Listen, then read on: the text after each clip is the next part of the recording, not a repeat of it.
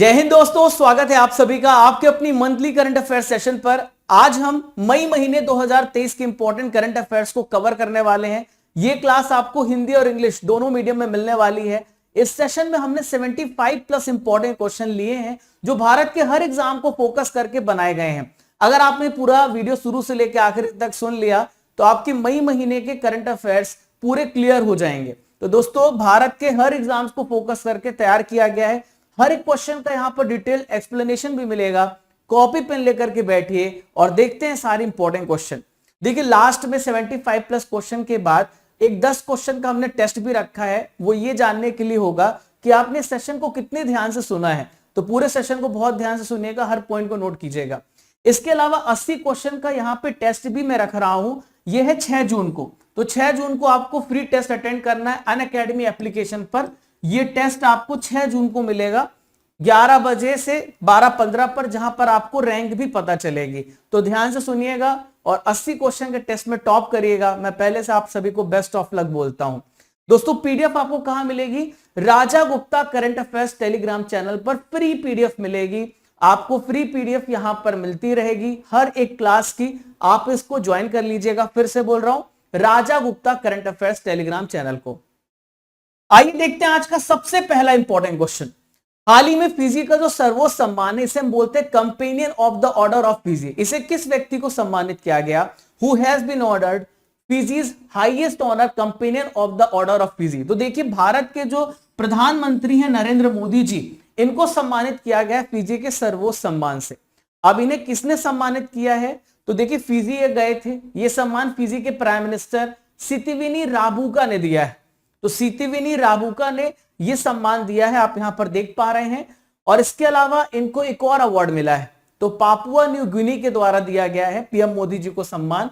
और यह सर्वोच्च नागरिक सम्मान है। इसको भी याद रखिएगा, companion of the order of लोगोहू, ये अवार्ड जो है पापुआ न्यू गिनी के द्वारा दिया गया है। इसके अलावा एक और अवार्ड मिला इनको, रिपब्लिक ऑफ पलाऊ ने पीएम मोदी जी को एबेकल अवार्ड दिया है। और एबेकल अवार्ड से पलाऊ की जो प्रेसिडेंट हैं सुरेंगल विप्स जूनियर, इन्होंने पीएम मोदी जी को सम्मानित किया है। तो सारे प्रश्न आपसे पूछे जाएंगे। देखिए, पीएम मोदी जी अभी एक समिट पे गए थे। ये समिट है FIPIC। इसका फुल फॉर्म होता है forum for India Pacific island cooperation summit. और इस समिट पे वो गए थे, तभी इनको इतने सारे सम्मान मिले। और यहां पर देखें तो इस लीडर के साथ जो यहां पर मीटिंग होनी थी, इसमें शामिल हुए हैं पीएम मोदी जी। अगला क्वेश्चन आप सभी के सामने रहा, भारतीय जीवन बीमा निगम जिसे हम बोलते हैं LIC, इनके अध्यक्ष कौन बने? Who has become the chairman of insurance corporation of LIC? तो ये बने सिद्धार्थ मोहंती। क्या नाम है इनका? सिद्धार्थ मोहंती भारतीय जीवन बीमा निगम के नए अध्यक्ष बने हैं। यहां पर आप देख पा रहे हैं LIC name Siddhartha Mohanty as its first CEO। तो यहां हम बात करते हैं सिद्धार्थ मोहंती की, तो जून 2024 तक ये LIC के अध्यक्ष बने रहेंगे। कब तक बने रहेंगे? जून 2024 तक ये LIC के चेयरमैन बने रहेंगे। बात कर लेते हैं यहाँ पे LIC की। तो LIC का हेडक्वार्टर कहां पर है? मुंबई, महाराष्ट्र में इसका हेडक्वार्टर है। और इसकी स्थापना कब हुई थी? 1 सितंबर 1956 को। भारत की सबसे बड़ी इंश्योरेंस कंपनी कौन है? LIC है। नेक्स्ट है, डिंग लिरेन का संबंध किस देश से है जो विश्व शतरंज चैंपियन बने? Ding Liren belongs to which country who has become the world chess champion? तो डिंग लिरेन का संबंध है चाइना से। किस देश से है? इनका संबंध है चाइना से, जो विश्व शतरंज चैंपियन बने हैं। इमेज में आप डिंग लिरेन को देख पा रहे हैं, जिन्होंने इस चैंपियनशिप को जीता है।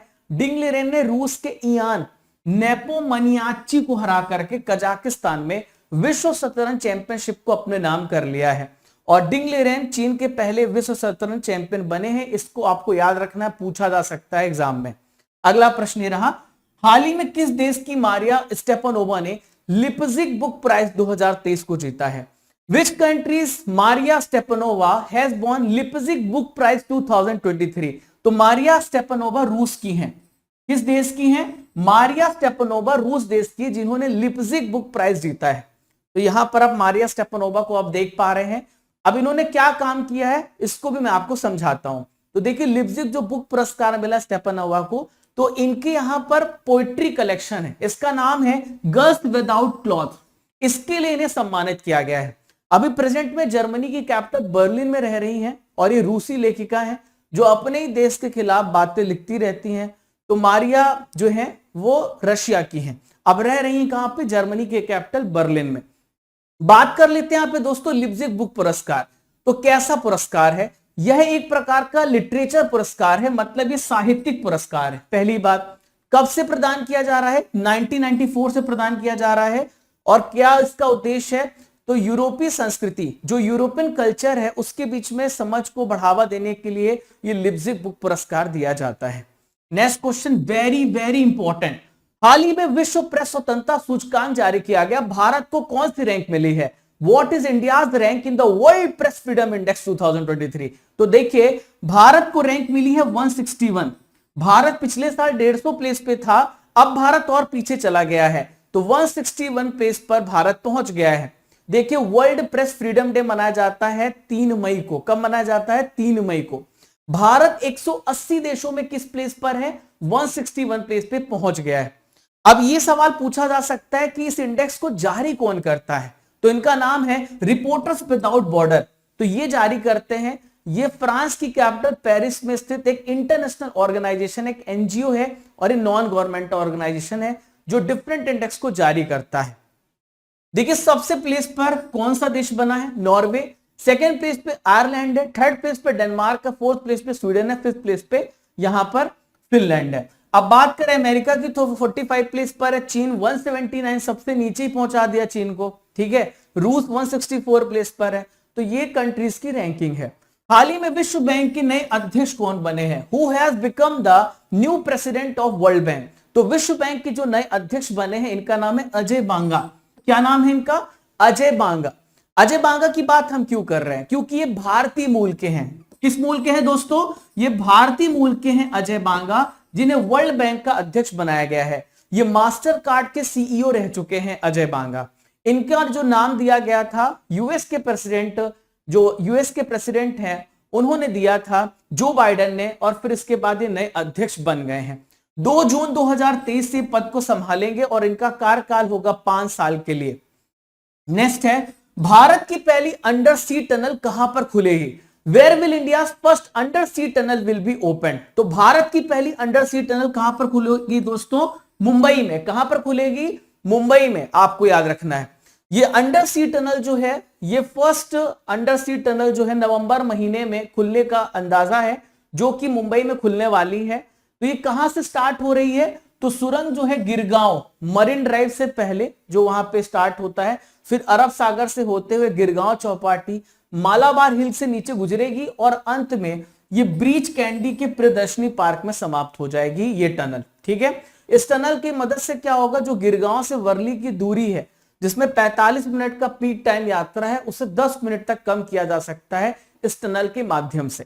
यहां पे हमने बात की भारत में पहली अंडर सी टनल की, तो भारत में बहुत सारी चीजें प्रथम हुई हैं। आइए एक बार उस पर रिवीजन करते हैं, सारे पॉइंट्स को जानते हैं। अगर आपसे पूछा जाए कि भारत का कौन सा राज्य है जहां पे इंटरनेट सुविधा मिला है, तो पहला राज्य केरल है। अगर आपसे पूछा जाए भारत की पहली ट्राइबल विमेन प्रेसिडेंट कौन रही हैं, द्रौपदी मुर्मू रही हैं। जैविक विविधता रजिस्ट्रार पाने वाला पहला मेट्रो शहर कोलकाता है। भारत की पहली बालिका पंचायत का गठन कहां पर हुआ है, गुजरात राज्य में। नेक्स्ट है, भारत के 82 नंबर के ग्रैंड मास्टर वुपला प्रणीत बने, इनका संबंध किस स्टेट से है। India's 82 grand master Vuppala Praneeth belongs to which state. तो 82वें नंबर के वुपला प्रणीत, इनका संबंध तेलंगाना राज्य से। किस राज्य से है, तो तेलंगाना राज्य से संबंधित है। 82 नंबर के ग्रैंड मास्टर बने हैं। Very very important question. यहां पर आप वुपला प्रणीत को देख पा रहे हैं। और दोस्तों तेलंगाना के 15 वर्ष के शतरंज खिलाड़ी वी प्रणीत, जिन्हें ग्रैंड मास्टर का खिताब इन्होंने हासिल किया है। अब यहां पे हम बात करेंगे फिडे, जो कि एक इंटरनेशनल ऑर्गेनाइजेशन है जो चेस को रेगुलेट करती है। 1924 में इसकी स्थापना हुई है। लुसाने स्विट्जरलैंड में इसका हेडक्वार्टर है और प्रेजेंट में इसके प्रेसिडेंट है आर्कडी डवारकोविच और वाइस प्रेसिडेंट हैं विश्वनाथन आनंद, ठीक है। भारत के हैं विश्वनाथन आनंद, जिन्होंने मेजर ध्यानचंद खेल रत्न पुरस्कार जीता पहला। इसके अलावा भारत के सबसे पहले ग्रैंड मास्टर विश्वनाथन आनंद हैं। चलिए, हाल ही में किस देश के लेखक जॉर्जी गोस्पोडिनोव, इनको टाइम शेल्टर उपन्यास के लिए इंटरनेशनल बुक प्राइज दिया गया। Which country's writer Georgi Gospodinov has been awarded the International Booker Prize for the novel Time Shelter. तो देखिए टाइम शेल्टर के लिए जो पुरस्कार दिया गया है ये बुल्गारिया के हैं। कहां के हैं? बुल्गारिया के लेखक हैं जॉर्जी गोस्पोडिनोव, जिन्हें टाइम शेल्टर के लिए उपन्यास दिया गया। दोस्तों यहां पे इसका जो ट्रांसलेशन है एंजेला रोडल ने किया है। किसने किया है? एंजेला रोडल ने इस बुक का ट्रांसलेशन किया है। समझाते हैं पूरे पॉइंट्स को, हर एक पॉइंट को समझाते हैं, ठीक है। तो पहली बार बुल्गारिया उपन्यास को ये पुरस्कार मिला है, ये बात आपको समझ में आई। ये बुल्गारिया आप देख पा रहे हैं, यूरोपियन कंट्री है बुल्गारिया। बुल्गारिया के बगल में रोमानिया है, यहां पर सर्बिया है, रिपब्लिक ऑफ नॉर्थ मैसेडोनिया है, ग्रीस है, टर्की है। बुल्गारिया इन देशों के साथ अपनी सीमा साझा करता है।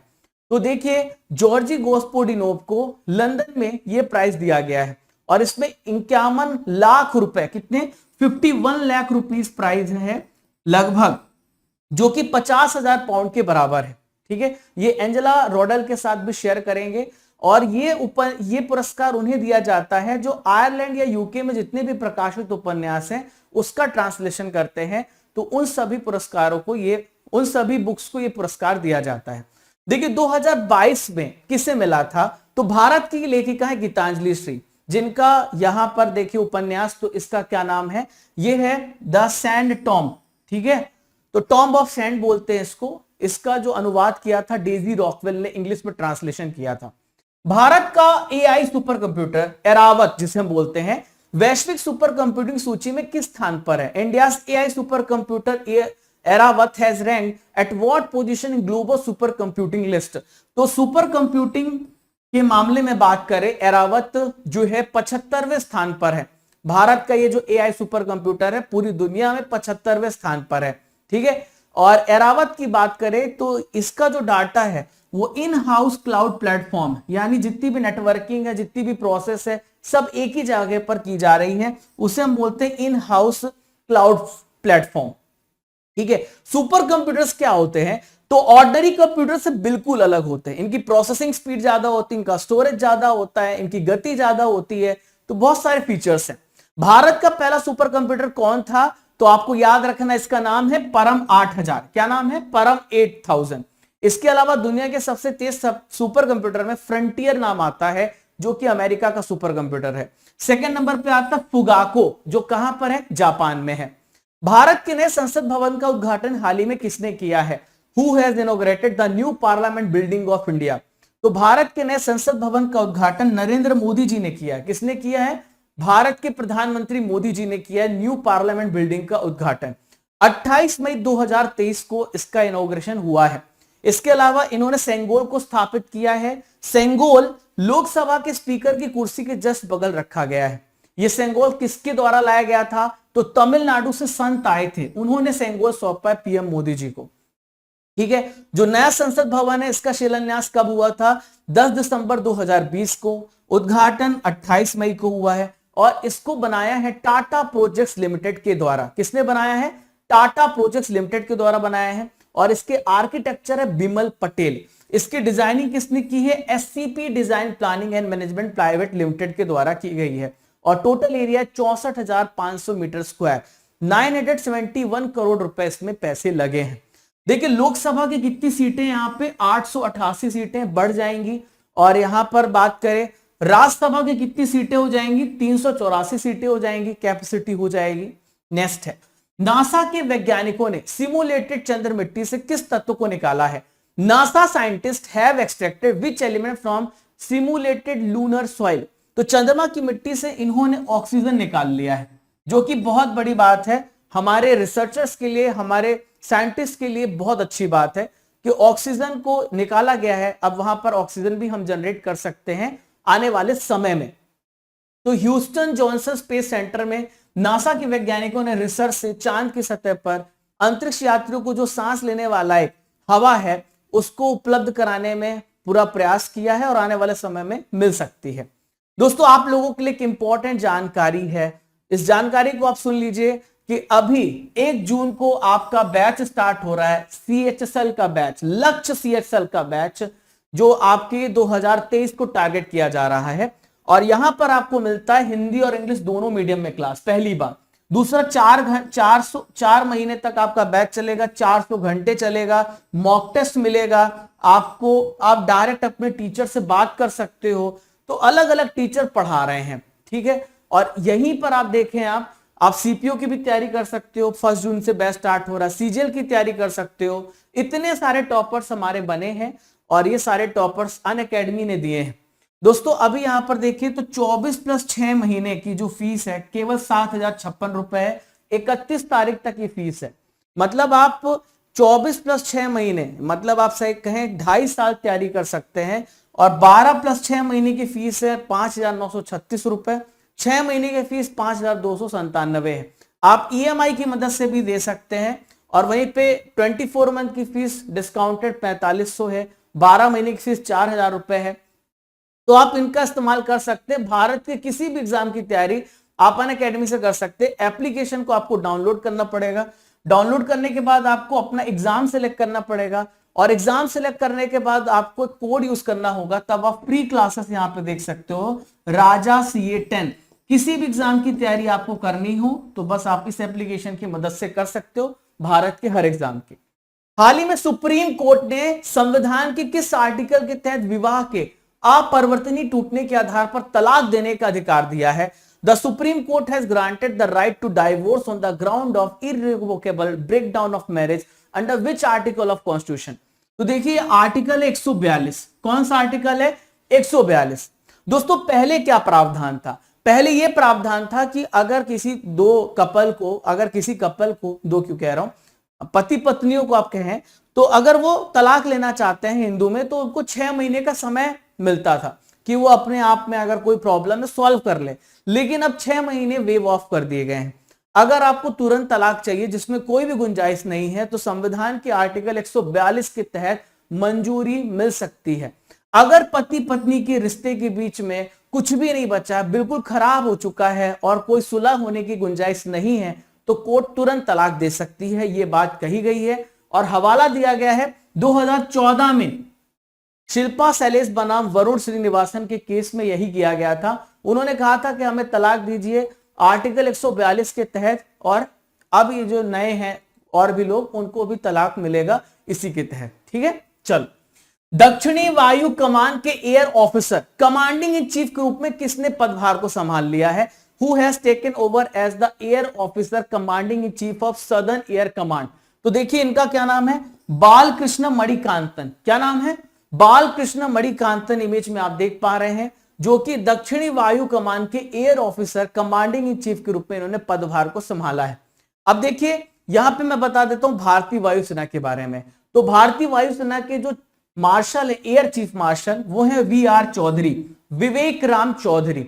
देखिए भारतीय वायुसेना की स्थापना 26 जनवरी 1950 को हुई है। हेडक्वार्टर है न्यू दिल्ली में। अभी हाल ही में vice chief of air staff बने हैं। इनका क्या नाम है? अमरप्रीत सिंह। क्या नाम है? अमरप्रीत सिंह। नेक्स्ट है, रिफ्लेक्शन नाम की पुस्तक का विमोचन हाल ही में किसने किया है? Who has release the book title reflection? तो इस बुक को हाल ही में किसने लॉन्च किया है? निर्मला सीतारमण। भारत की जो फाइनेंस मिनिस्टर है निर्मला सीतारमण, इन्होंने इस बुक को लॉन्च किया है। इमेज में आप देख पा रहे हैं इस पुस्तक की लॉन्चिंग वो कर रही हैं। ये जो बुक है इसको किसने लिखा है? तो देखिए भारत में प्रेजेंट में जो प्रसिद्ध बैंकर है श्री नारायणन बाघुल, इनके द्वारा पुस्तक को लिखा गया है। मुंबई में इस बुक का विमोचन किया गया था। और इस पुस्तक में क्या बताया गया है, तो इन्होंने अपने एक्सपीरियंसेस शेयर किए, किस प्रकार से इंडिया की इकोनॉमी कैसे विभिन्न सालों में बढ़ी, कैसे आगे आई है। ठीक है, परीक्षा संजीवनी प्रमुख पुस्तकें और उनके लेखकों के बारे में जानेंगे। Snakes in Ganga, breaking India 2.0, Rajiv Malhotra और विजया विश्वनाथन ने लिखी है। Bipin the man behind the uniform, Rachna Bisht Rawat ने लिखी है। इंपॉर्टेंट बुक्स है। नेक्स्ट है, दुनिया का पहला रोबोटिक चेक इन असिस्टेंट किसने लॉन्च किया है? Who has launched world first robotic check in assistant? तो देखिए दुनिया का पहला रोबोटिक चेक असिस्टेंट को यहां पर एमिरेट्स एयरलाइन, किसने? एमिरेट्स एयरलाइन ने अभी लॉन्च किया है। दोस्तों बहुत सारी प्रॉब्लम होती है जब आप चेक इन करने जाते हो, जब आप फ्लाइट बुक करते हो और जब आप फ्लाइट लेने जाते हो तो उस समय क्या होता है, आपको चेक इन कराना पड़ता है, लंबी लंबी लाइनों में लगना पड़ता है। तो ये जो रोबोट है आपका चेक इन पहले करा देगा, 24 घंटे पहले आप कर सकते हो, और फ्लाइट लेने से 4 घंटे पहले, तो आप इसकी मदद से चेक इन कर सकते हो। तो ये जो है Emirates, Dubai based airline Emirates, Dubai में एक नया सिटी चेक इन और ट्रैवल स्टोर लॉन्च करने की घोषणा इसने की है। ठीक है, नेक्स्ट है मलेशिया मास्टर्स टूर्नामेंट की मेंस कैटेगरी में गोल्ड मेडल किसने जीता है? Who has won the gold medal in men's category of Malaysia masters tournament? तो हाल ही में मलेशिया मास्टर्स टूर्नामेंट हुआ और एचएस प्रणय ने, किसने? एचएस प्रणय ने इसको जीता है। तो भारत की बैडमिंटन खिलाड़ी एचएस प्रणय, और ये मैच का आयोजन कहां पर हुआ था? मलेशिया के कुआलालंपुर में खेला जा रहा है मलेशिया मास्टर्स, और इन्होंने किसको हराया है? तो चीन के वेंग होंगयांग को हरा करके गोल्ड मेडल जीता है।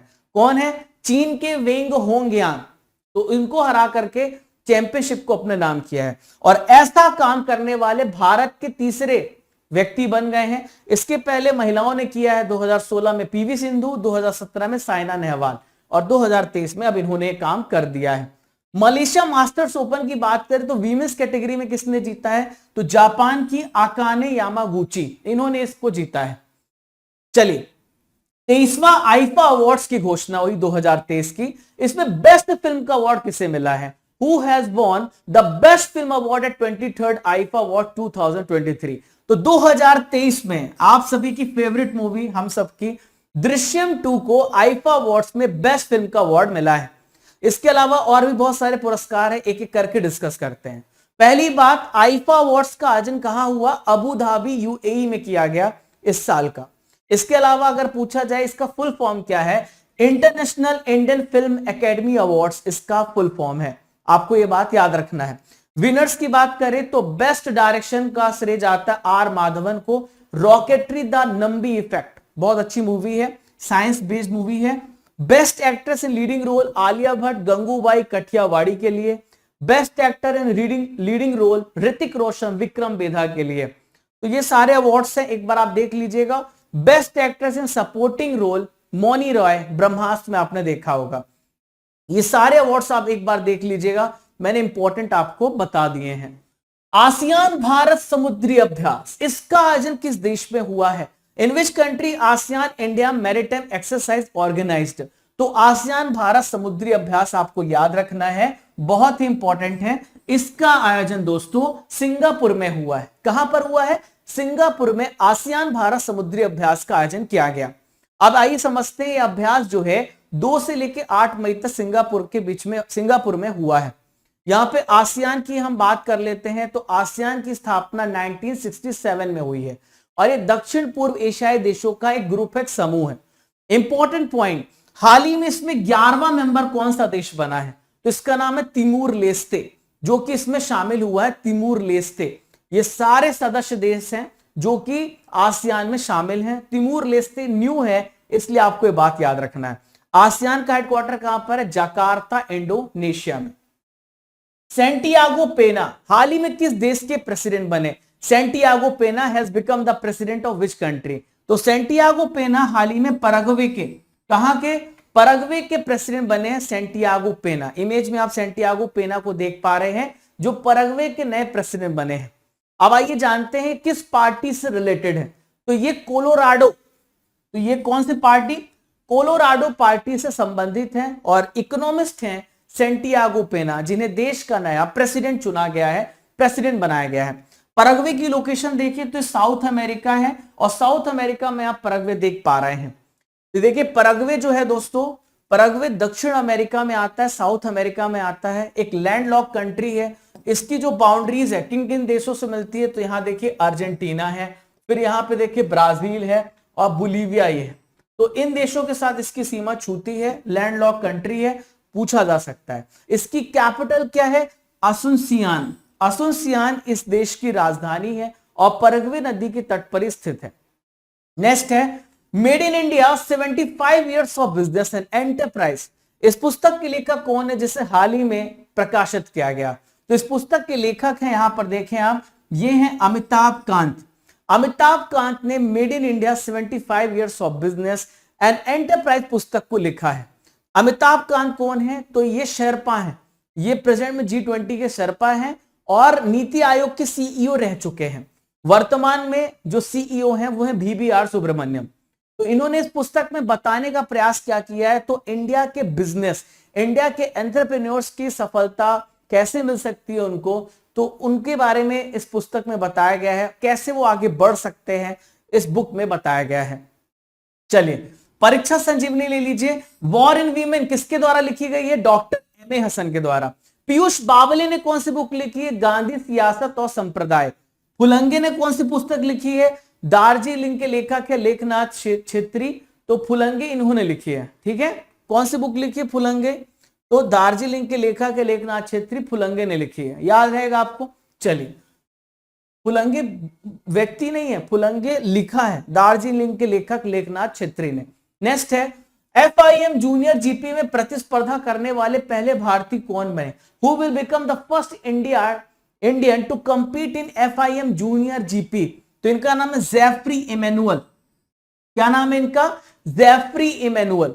तो जेफरी इमैनुअल पहले ऐसे भारतीय बन गए हैं जो पुर्तगाल में होने वाली FIM junior GP world championship में डेब्यू करेंगे, और ऐसा काम करने वाले देश के पहले भारतीय, देश के पहले इंडियन बने हैं। ठीक है, नेक्स्ट चलते हैं क्वेश्चन, अगले क्वेश्चन की ओर बढ़ते हैं।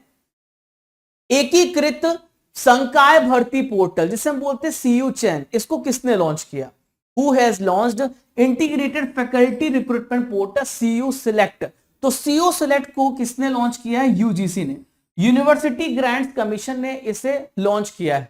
इसके मदद से क्या होगा दोस्तों, तो जो भी टीचर्स होंगे, जो भी फैकल्टी होंगे, उनकी रिक्रूटमेंट होगी इस पोर्टल के माध्यम से। सेंट्रल यूनिवर्सिटी में संकाय भर्ती के लिए इसे डिजाइन किया गया, डेवलप किया गया है। देखिए CU यहां पे बात कर लेते हैं हम UGC की। 1953 में अस्तित्व में आया था, 1956 में पार्लियामेंट के एक एक्ट के द्वारा इसे क्या बनाया गया, स्टैट्यूटरी बॉडी बनाया गया। नेक्स्ट क्वेश्चन है, रियाना बरनावी किस देश की पहली महिला अंतरिक्ष यात्री हैं जो अंतरराष्ट्रीय अंतरिक्ष स्टेशन पहुंच गई हैं। तो रियाना बरनावी की बात करेंगे, वेरी वेरी इंपॉर्टेंट क्वेश्चन पूछा जा सकता है। तो रियाना बरनावी जो है ये सऊदी अरब की है। कहां की है, सऊदी अरब की है रियाना बरनावी, देश की पहली महिला अंतरिक्ष यात्री जो अंतरराष्ट्रीय अंतरिक्ष स्टेशन पहुंची हैं, और ऐसा काम करने वाली देश की पहली महिला बन गई हैं। ठीक है दोस्तों, यहां पे बात करें, रियाना अमेरिका की स्पेसएक्स फॉल्कन 9 रॉकेट की मदद से अंतरिक्ष स्टेशन ये पहुंची, रवाना हुई है। यहां पे इनके साथ 3 और लोग हैं, टोटल 4 लोग हैं यहां पर, तो इनके नाम भी आपसे पूछे जा सकते हैं। तो यहां पर आप जो है, तो ये 4 व्यक्तियों को आपको याद रखना है, ये 4 व्यक्ति हैं जो ये गए हैं। फुटबॉल का हीरो सुपर कप 2023 किसने जीता है, who has von football hero super cup. तो फुटबॉल हीरो सुपर कप को जीता है ओडिशा FC ने। किसने जीता है, ओडिशा FC ने जीता है। अब ओडिशा FC ने किसको हराया है, तो बेंगलुरु FC को हराया है। लास्ट टाइम की विनर थी बेंगलुरु FC और इस साल की विनर है ओडिशा FC। यहां पे हम बात करेंगे हीरो सुपर कप की, जिसकी शुरुआत कब की गई है, 2018 में। बेंगलुरु, गोवा और ओडिशा बारी बारी से एक एक बार इस खिताब को जीत चुके हैं, और पहला खिताब किसने जीता था, बेंगलुरु ने। देखिए अध्यक्ष कौन है प्रेजेंट में, यहां पर फुटबॉल फेडरेशन ऑफ इंडिया के कल्याण चौबे हैं, और उपाध्यक्ष है NA हारिस जो कि कर्नाटक के हैं। रतन टाटा को किस देश का सर्वोच्च नागरिक सम्मान से सम्मानित किया गया, Ratan Tata has been awarded which country's highest civilian honour. तो रतन टाटा जी को ऑस्ट्रेलिया के द्वारा सर्वोच्च नागरिक सम्मान से सम्मानित किया गया है। रतन टाटा जी को यह सम्मान इसलिए दिया गया है क्योंकि इन्होंने भारत और ऑस्ट्रेलिया के संबंध को मजबूत बनाने के लिए प्रयास किए हैं, तो इसलिए इन्हें सर्वोच्च नागरिक सम्मान ऑर्डर ऑफ ऑस्ट्रेलिया से सम्मानित किया गया। किसे, रतन टाटा जी को। राष्ट्रीय बाघ संरक्षण प्राधिकरण जिसे हम बोलते हैं NTCA, इन्होंने चीता परियोजना संचालन समिति का गठन किया, इसके अध्यक्ष कौन है। The national tiger conservation authority has constituted the चीता project steering committee, who is it's chairman. तो NTCA के हाल ही में यहां पर राजेश गोपाल चीता परियोजना संचालन समिति का गठन किया गया, और राजेश गोपाल इसके अभी क्या बने हैं, महासचिव बनाए गए, इसके ये सचिव बनाए गए हैं। ठीक है, अब दोस्तों ये क्यों बनाए गए हैं इस कमेटी के अध्यक्ष, तो इसके पीछे भी रीजन है, मैं आपको समझाता हूं। तो इसके पीछे रीजन है ट्रांसलोकेशन प्रोजेक्ट। आप सभी को बता दूं, जब यहां पर श्योपुर जो है, जहां पर कूनो राष्ट्रीय उद्यान है, वहां पे 20 टाइप चीता थे। तो 20 चीते में 6 चीतों की मौत हो गई है। अब मौत हो गई है तो क्यों हो गई है, क्या कारण है, तो ये सारी रिपोर्ट इनको सबमिट करनी पड़ेगी, इस कमिटी को बताना पड़ेगा। तो एनटीसीए की बात कर लेते हैं। एनटीसीए की स्थापना 2005 में हुई है दिसंबर में। इसका उद्देश्य है भारत में प्रोजेक्ट टाइगर और भारत के टाइगर रिजर्व के प्रबंधन को पुनर्गठित करना। Next question, badminton Asia championship में सात्विक साईराज और चिराग शेट्टी की जोड़ी ने कौन सा मेडल जीता है? Which medal has been won by the pair of Satwik Sairaj and Chirag Shetty at the badminton Asia championship? तो दोनों ने इतिहास रचा है और भारत को गोल्ड मेडल दिलाया है। कौन सा मेडल दिलाया है? गोल्ड मेडल दिलाया सात्विक साईराज रंकी रेड्डी ने और चिराग शेट्टी ने। ठीक है दोस्तों, इन दोनों ने स्वर्ण पदक दिलाया है और पहली भारतीय पुरुष युगल जोड़ी बन गई है। इतिहास रच दिया है दोनों ने। ठीक है, यहां पे हम बात करेंगे भारतीय बैडमिंटन संघ की, जिसकी स्थापना कब हुई है? 1934 में। हेडक्वार्टर कहां पर है? न्यू दिल्ली में है। अध्यक्ष कौन है? हेमंत बिश्वा शर्मा जी हैं। चलिए, परमाणु ऊर्जा आयोग का नया चेयरमैन किसे बनाया गया है? Who has been appointed as the new chairman of atomic energy? तो परमाणु ऊर्जा आयोग के नए चेयरमैन बनाए हैं अजीत कुमार मोहंती। क्या नाम है? अजीत कुमार मोहंती। इमेज में आप देख पा रहे हैं अजीत कुमार मोहंती को। यहां पे हम बात करते हैं परमाणु ऊर्जा आयोग। तो परमाणु ऊर्जा आयोग का डायरेक्ट कंट्रोल प्रधानमंत्री के पास होता है। इसका गठन कब होता है? 1948 में। और ये परमाणु विज्ञान में रिसर्च करने के लिए जिम्मेदार संस्था है। हाल ही में किस राज्य में पिछड़ा वर्ग सर्वेक्षण शुरू हुआ है? In which state has backward class survey started? तो पिछड़ा वर्ग जो सर्वेक्षण है दोस्तों, हाल ही में ओडिशा में स्टार्ट हुआ है। ओडिशा ऐसा काम करने वाला देश का दूसरा राज्य है। इसके पहले बिहार ने किया था, लेकिन बिहार के हाईकोर्ट ने उसमें रोक लगा दी है। उन्होंने कहा कि आप किसी के मतलब आप उजागर नहीं कर सकते किसी की क्या कास्ट है, ये निजता का हनन है। तो उड़ीसा में ओबीसी सर्वेक्षण जो है बिहार के बाद ऐसा करने वाला दूसरा राज्य बन गया है। 1 मई से 2023 से इसका जो सर्वे है स्टार्ट होगा, जो कि 27 मई तक चलेगा, ऑनलाइन और ऑफलाइन दोनों मीडियम में। यहां पर हम बात करें राष्ट्रीय पिछड़ा वर्ग आयोग के अध्यक्ष कौन है? तो हाल ही में हंसराज गंगाराम अहीर को बनाया गया राष्ट्रीय पिछड़ा वर्ग आयोग का अध्यक्ष। नेक्स्ट क्वेश्चन, पंडित रामकिशन को मैन ऑफ द सेंचुरी घोषित किया गया, वह कौन है? Pandit Ramkishan has been declared man of century, ये कौन है? तो ये समाजवादी नेता हैं पंडित रामकिशन, जिन्हें मैन ऑफ द सेंचुरी घोषित किया गया। ये समाजवादी नेता है। इमेज में आप समाजवादी नेता रामकिशन को देख पा रहे हैं। अपना जीवन इन्होंने आदिवासियों के लिए, गरीबों के लिए और दलितों के लिए लड़ते लड़ते ये हमेशा काम किया है। ठीक है, नेक्स्ट है, नीरज चोपड़ा ने डायमंड लीग 2023 में कौन सा मेडल जीता है? Neeraj Chopra has won which medal in diamond league 2023? तो डायमंड लीग जो कि दोहा में हुआ है और भारत के लिए वापस से एक बड़ी उपलब्धि गोल्ड मेडल भारत को दिलाया है। तो डायमंड लीग कहां पर हुआ है दोस्तों? दोहा में हुआ है। दोहा डायमंड लीग में इन्होंने 88.6 मीटर का भाला फेंक करके एक रिकॉर्ड बना दिया है। ठीक है दोस्तों, दूसरे नंबर पे बात करें तो चेक गणराज्य के वॉर्ड लेस थे, ग्रेनेडा के पीटर्स तीसरे स्थान पर है। तो पिछले साल नीरज चोपड़ा ने डायमंड लीग में गोल्ड मेडल जीता था, ज्यूरिक में भी, और 2022 में नीरज ने वर्ल्ड चैंपियनशिप भारत को सिल्वर मेडल दिलाया था। और टोक्यो ओलंपिक में तो आपको पता है इतिहास रच दिया, भाला फेंक करके भारत को गोल्ड मेडल दिलाया 2020 के टोक्यो ओलंपिक में। नेक्स्ट है, कौन सा देश 12 साल के बाद अरब लीग में वापस से शामिल हुआ? विच country has rejoined the Arab league after 12 years? तो 12 साल के बाद सीरिया ज्वाइन हुआ है। कौन सा देश ज्वाइन हुआ है? सीरिया 12 साल के बाद ज्वाइन हुआ है। सीरिया की वापसी हुई है। मिस्र की कैपिटल काहिरा में 13 मेंबर्स देशों ने यहां पर सीरिया के अरब लीग में वापसी के लिए पक्ष में वोट किया है। सीरिया को पहले बाहर कर दिया गया था, अब वापस ला दिया गया है। दोस्तों बात करते हैं अरब लीग की। तो अरब लीग जो है बात करें तो अफ्रीकी देशों का संगठन है और अरब देशों का संगठन है, जिसका गठन 1945 में हुआ था और इसका हेडक्वार्टर मिस्र की कैपिटल काहिरा में है। मिस्र की राजधानी काहिरा में इसका हेडक्वार्टर है। नेक्स्ट है, यूपी के किस जिले में राज्य का पहला फार्मा पार्क बनाया जाएगा? In which district of Uttar Pradesh the pharma park will be establish? तो जो फार्मा पार्क है ललितपुर में, कहां पर?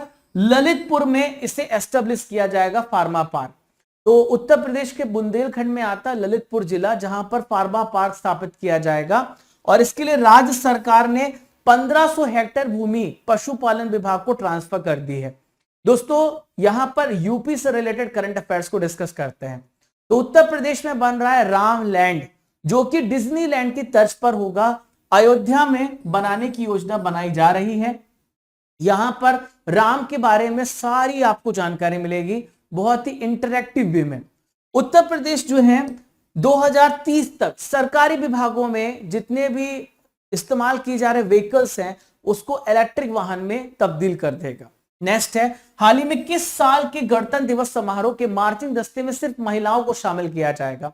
इन which year only women will be included in the marching squad of Republic Day celebration.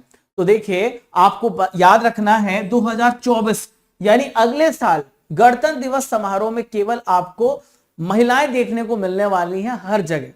तो जो महिलाएं हैं, और ये नारी सशक्तिकरण की तरफ प्रयास किया जा रहा है, तो कर्तव्य पथ पर होने वाली गणतंत्र दिवस परेड में सिर्फ महिलाओं को शामिल किया जाएगा। परेड के अलावा मार्चिंग दस्ता, झांकी, सांस्कृतिक कार्यक्रम, इसमें सिर्फ आपको महिलाएं देखने को मिलेंगी। हाल ही में बंगाल की खाड़ी में एक साइक्लोन आया, इसका नाम है मोचा। तो इस मोचा का नाम किस देश ने रखा है? Which country has named cyclone Mocha in the Bay of Bengal? तो मोचा का नाम यमन देश ने रखा है। किस देश ने रखा है? यमन देश ने इसका नाम मोचा रखा है, जो कि बंगाल की खाड़ी में पहुंच गया है। ठीक है, तो दोस्तों यहां पर यमन में एक शहर है, इसका नाम है मोचा, या फिर आप बोल सकते हैं मोखा। ये लाल सागर तट पर स्थित है और यहीं से इसका प्रेरित होकर के इसका नाम रखा गया है।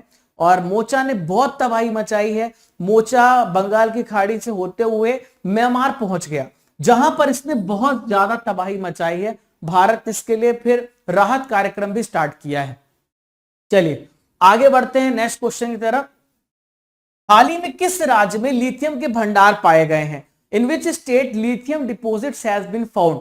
तो लिथियम के भंडार हाल ही में राजस्थान राज्य में पाए गए। इसके पहले जम्मू एंड कश्मीर में पाए गए थे लिथियम के भंडार। दोस्तों जम्मू कश्मीर में इतना ज्यादा लिथियम का भंडार मिला है जो देश के 80% डिमांड को पूरा कर सकता है। राजस्थान में है डिगाना, नागौर है, जहां पर लिथियम के भंडार प्राप्त हुए हैं। ठीक है, तो दोस्तों लिथियम क्या होता है? आप अपने चाहे लैपटॉप को देख ले, आप खिलौनों को देख ले, स्ट्रीट लाइट्स देख ले, स्पीकर्स देख ले, मोबाइल्स देख ले, तो यहां पे लिथियम बैटरी पाई जाती है। तो लिथियम एक प्रकार का नॉन फेरस मटेरियल है जो कि डिफरेंट टाइप्स की बैटरी बनाने में इस्तेमाल किया जाता है। नेक्स्ट क्वेश्चन आपके सामने, इंटरनेशनल रिपोर्टिंग कैटेगरी में पुलित्जर पुरस्कार 2023 किसे प्राप्त हुआ? Who has won Pulitzer prize 2023 in the international reporting category? तो इंटरनेशनल रिपोर्टिंग कैटेगरी में द न्यूयॉर्क टाइम्स के कर्मचारियों को, employees of the New York Times को हाल ही में इंटरनेशनल रिपोर्टिंग कैटेगरी में पुलित्जर पुरस्कार मिला है।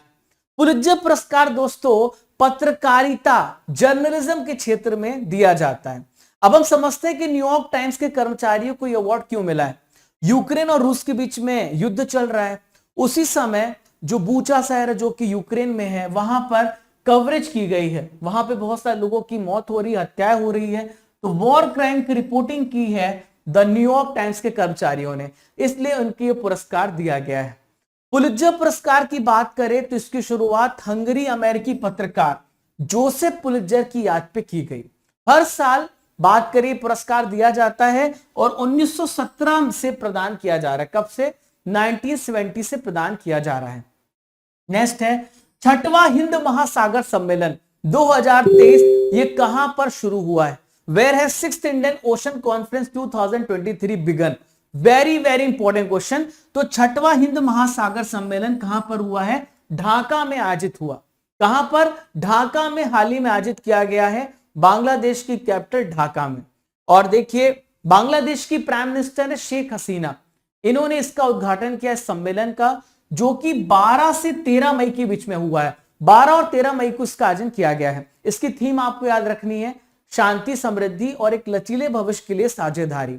भारत की तरफ से भारत के फॉरेन मिनिस्टर एस जयशंकर इसमें शामिल हुए हैं। नेक्स्ट है, ISSF विश्व कप 2023 में रिदम सांगवान ने कौन सा मेडल जीता है? Which medal has been won by Ridham Sangwan at the ISSF World Cup 2023? तो रिदम सांगवान ने भारत को ब्रॉन्ज मेडल दिलाया है। रिदम सांगवान ने आईएसएसएफ विश्व कप में कौन सा मेडल दिलाया? ब्रॉन्ज मेडल भारत को दिलाया है। दोस्तों इस चैंपियनशिप का आयोजन अजरबैजान में हुआ।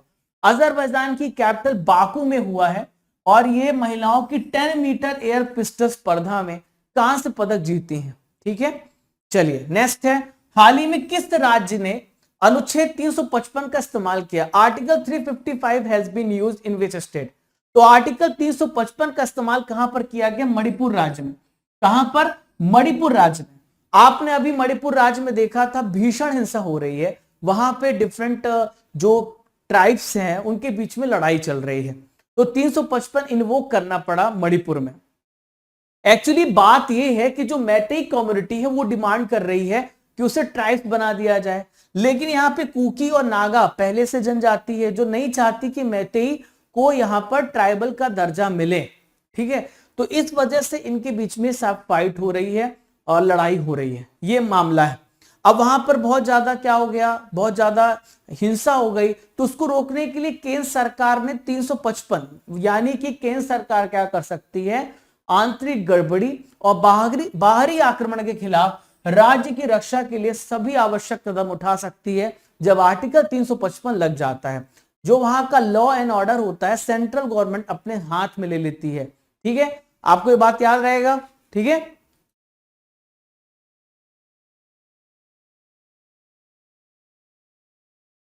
चलिए फ्रेंड्स नेक्स्ट क्वेश्चन को देखते हैं। अगला क्वेश्चन आप सभी के सामने रहा, हाल ही में किंग चार्ल्स की ताजपोशी में भारत का प्रतिनिधित्व किसने किया है? Who has represented India at the crown of King Charles? तो देखिए भारत की तरफ से भारत के जो उपराष्ट्रपति हैं जगदीप धनखड़, ये मौजूद थे उस समय जब किंग चार्ल्स की ताजपोशी की जा रही थी। इमेज में आप देख पा रहे हैं भारत के उपराष्ट्रपति जो कि भारत के 14 नंबर के वाइस प्रेसिडेंट हैं, और ये किंग चार्ल्स की ताजपोशी पर मौजूद थे जो कि 6 मई को आयोजित की गई। आप लोगों के लिए एक इंपॉर्टेंट करंट अफेयर्स, तो देखिए क्वीन एलिजाबेथ का 8 सितंबर 2022 में निधन हो गया। उसके बाद यानी उनकी मौत के बाद चार्ल्स को ब्रिटेन का महाराज घोषित किया गया। अब इनकी ताजपोशी राज्याभिषेक किया गया है। नेक्स्ट है, देश का पहला वायुसेना विरासत केंद्र का उद्घाटन कहां पर किया गया है? Where has country's first air force heritage centre been inaugurated? तो देश का पहला वायुसेना विरासत केंद्र कहां पर किया गया दोस्तों? चंडीगढ़ में। कहां पर किया गया? चंडीगढ़ में इसका इनॉग्रेशन किया गया है, जो कि इनॉग्रेशन किया गया भारत के डिफेंस मिनिस्टर राजनाथ सिंह जी के द्वारा। 8 मई 2023 को इसका उद्घाटन किया गया है और इन्होंने centre for cyber ops and security की भी आधारशिला इस पर रखी है। अगला प्रश्न है, ऑपरेशन मर्यादा ये किस राज्य की पुलिस के द्वारा चलाया जा रहा है? ऑपरेशन मर्यादा is being carried out by police of which state? तो ऑपरेशन मर्यादा को उत्तराखंड राज्य की पुलिस के द्वारा, किस राज्य की पुलिस के द्वारा? उत्तराखंड राज्य की पुलिस के द्वारा ऑपरेशन मर्यादा चलाया जा रहा है। जो भी धार्मिक स्थानों पर कोई नशा करेगा, गंदगी फैलाएगा, तो उनके विरुद्ध कठोर कार्रवाई की जाएगी, यहां पर ऑपरेशन मर्यादा के तहत। दोस्तों गंगा घाटों पर रोजाना होने वाले जितनी भी इलीगल एक्टिविटी हैं, जितनी भी एंटी सोशल एक्टिविटीज हैं, उसको धारा जाएगा। और यहां पर 15 जुलाई 2021 को इस ऑपरेशन मर्यादा को शुरू किया गया।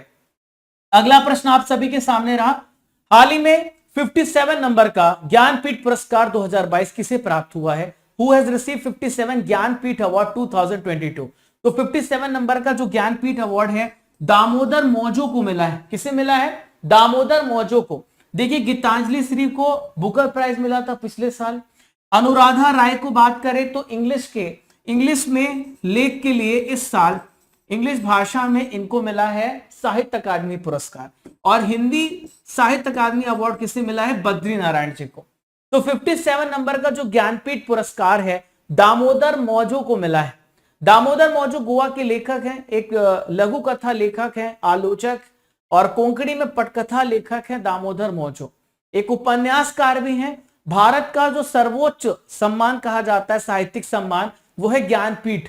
तो इनको 2022 के 57 नंबर के ज्ञानपीठ अवार्ड से सम्मानित किया गया है।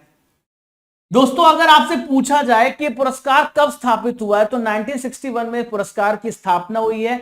संविधान की 8वीं सूची में जो भारतीय भाषाएं शामिल है 22 भाषाएं, जो उसमें काम करता है और अंग्रेजी में भी जो लिखता है, क्योंकि 22 भाषा में वो शामिल नहीं अंग्रेजी, तो उन्हें यह पुरस्कार दिया जाता है। पहला पुरस्कार जाता है जी शंकर कुरूप को, 1961 में, मलयालम कवि हैं और इनका यहां पर लेख है ओडकुझल, तो ये आपको याद रखना है, इसके लिए इन्हें पुरस्कार दिया गया था।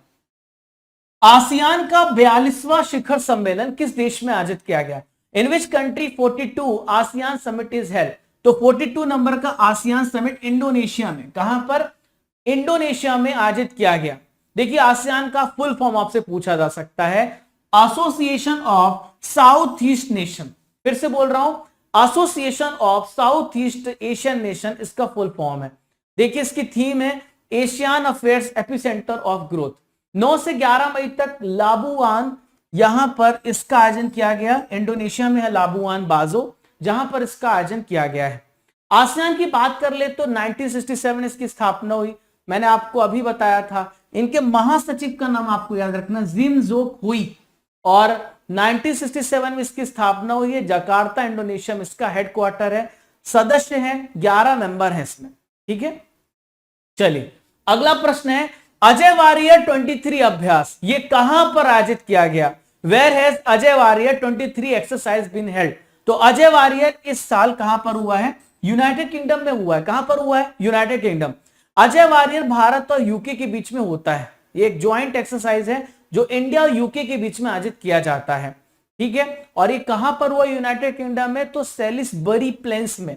27 अप्रैल से 11 मई 2023 को इसका आयोजन किया गया, 7th एडिशन का, और इस अभ्यास को 2005 से शुरू किया गया था। नेक्स्ट क्वेश्चन, एससीओ की विदेश मंत्रियों की बैठक कहां पर हुई है? Where is SCO foreign minister meeting has held? तो एससीओ की विदेश मंत्रियों की बैठक कहां पर हुई दोस्तों? गोवा में। कहां पर आयोजित की गई है? एससीओ की विदेश मंत्रियों की बैठक गोवा में आयोजित की गई। ये मीटिंग 4 से 5 मई हुई है। इसमें सारे विदेश मंत्री, फॉरेन मिनिस्टर इकट्ठा हुए। इवन पाकिस्तान के भी यहां पे फॉरेन मिनिस्टर आए थे, बिलावल भुट्टो, और जिनका बहुत आलोचना किया गया। एससीओ की बात कर लेते हैं, तो एससीओ का गठन 2001 में हुआ। एक प्रकार से इकोनॉमिकल, पॉलिटिकल, सिक्योरिटी ऑर्गेनाइजेशन है। यहां पर 8 परमानेंट मेंबर्स हैं, China, Kazakhstan, Kyrgyzstan, Russia, Tajikistan, Uzbekistan, India, Pakistan. India और पाकिस्तान 2017 में ऐड हुए हैं, 2017 में ऐड किए गए हैं। आपके लिए ट्रिक है, इंडिया ट्रक इन पाकिस्तान। मैं गड्डी लेके निकला और पाकिस्तान पहुंच गया, तो इंडिया से इंडिया, ट्रक है तो टी से तजाकिस्तान, आर से रशिया, यू से उज्बेकिस्तान, सी से चाइना, किर्गिस्तान, यहां पे के स्क्वायर कर देना, किर्गिस्तान, कजाकिस्तान, और लास्ट में है पाकिस्तान, ठीक है। नेक्स्ट है मेरी लिबॉन क्रिकेट क्लब, जिसे हम बोलते हैं एमसीसी। एमसीसी का नया अध्यक्ष किसे चुना गया है?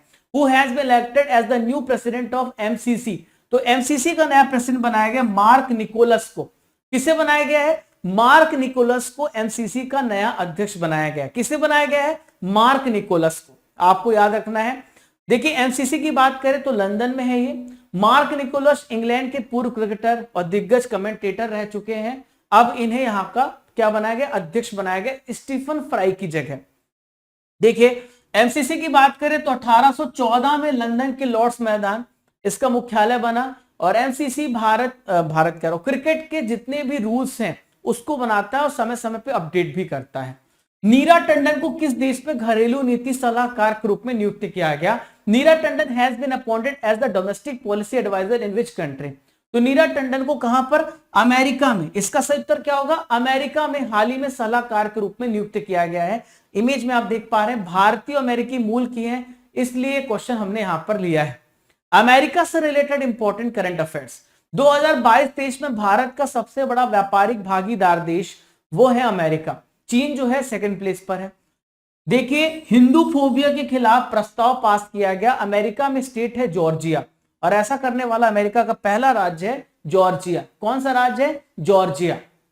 नेक्स्ट है वेकफिट ने हाल ही में किससे अपना नया ब्रांड एम्बेसडर बनाया है? Who has been appointed by Wakefit as its brand ambassador? तो वेकफिट ने आयुष्मान खुराना को, किसे? आयुष्मान खुराना को अभी अपना ब्रांड एम्बेसडर बनाया है। किसे बनाया है? आयुष्मान खुराना को। यहां पर आप देख पा रहे हैं एक स्लीपिंग सोल्यूशन ब्रांड है वेकफिट, जिसका इन्हें ब्रांड एम्बेसडर बनाया गया है। अगला क्वेश्चन है ICC player of the month April महीने के लिए किसे चुना गया है? Who has been named the ICC player of the month for the month of April? तो अप्रैल महीने के लिए फकर जमान, क्या नाम है? फकर जमान, पाकिस्तान के प्लेयर है Fakhar Zaman. Player of the month चुने गए। Player of the month women's category में नरुमोल चायवाई बनी है, जो कि थाईलैंड की प्लेयर है। आईसीसी की बात करेंगे। आईसीसी की स्थापना 1909 में हुई है। इसके अध्यक्ष ग्रेग बार्कले हैं, सीईओ है जियो फलार्डिस और हेडक्वार्टर है दुबई, संयुक्त अरब अमीरात में। नेक्स्ट है, राष्ट्रपति द्रौपदी मुर्मू जी ने कितने वीरता पुरस्कार दिए हैं? How many gallantry awards have been conferred by the president Droupadi Murmu? तो टोटल 37, कितने? 37 अवार्ड्स दिए हैं, वीरता पुरस्कार दिए राष्ट्रपति द्रौपदी मुर्मू जी ने।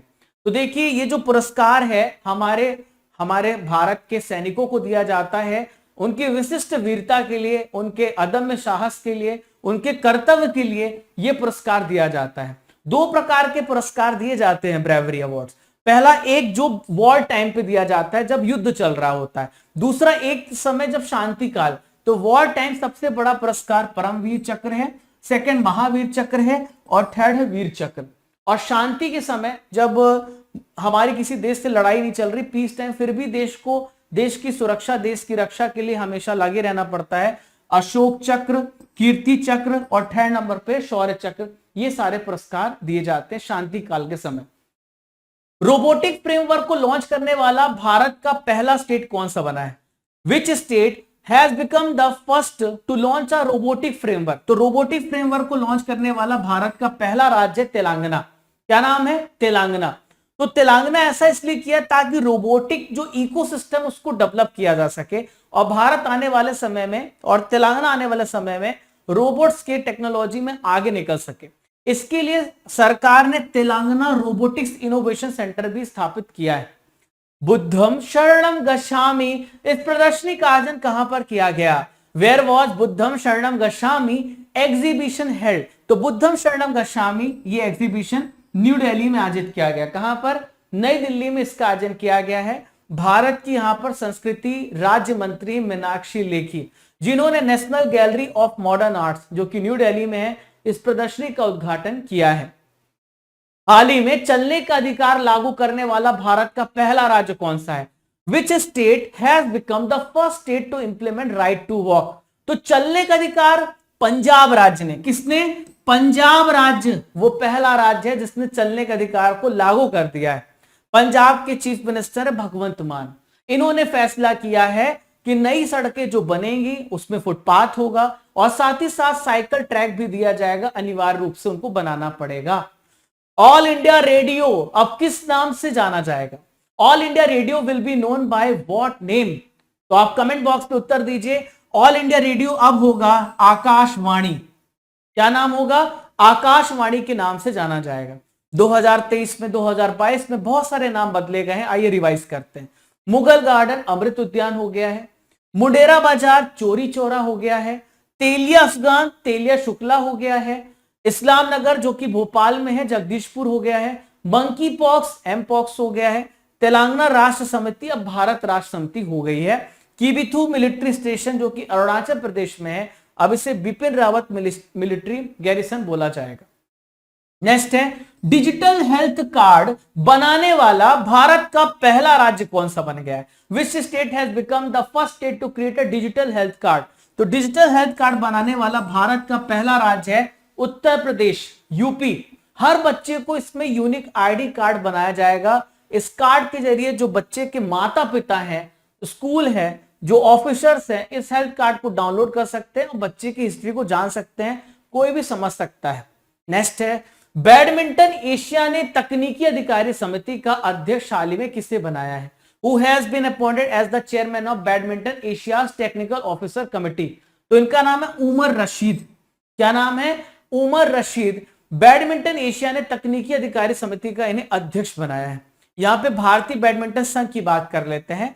1934 में स्थापना हुई है। हेमंत बिश्वा शर्मा इसके चेयरमैन है और हेडक्वार्टर कहां पर है? न्यू दिल्ली में।